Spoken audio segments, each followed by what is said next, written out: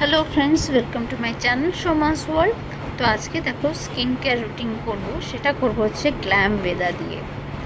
एखाने full kit रयेछे, माने फेस वाश थेके शुरू करे परपर करे समस्त किछु आछे।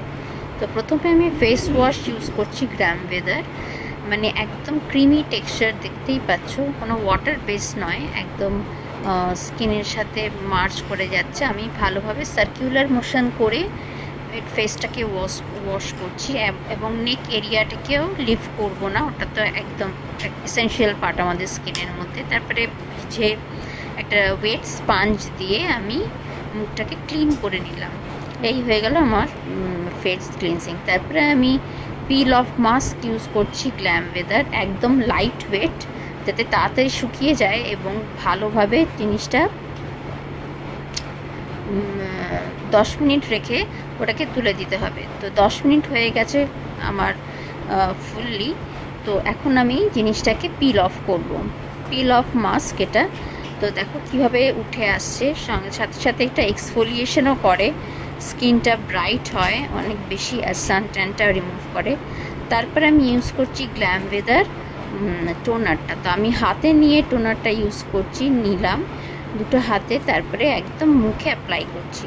এত সুন্দর, এত রিফ্রেশিং টোনার, কি বলবো, মানে একদম আমার তো জাস্ট আমি ফ্যান হয়ে গেছি গ্ল্যাম ওয়েদার টোনারের।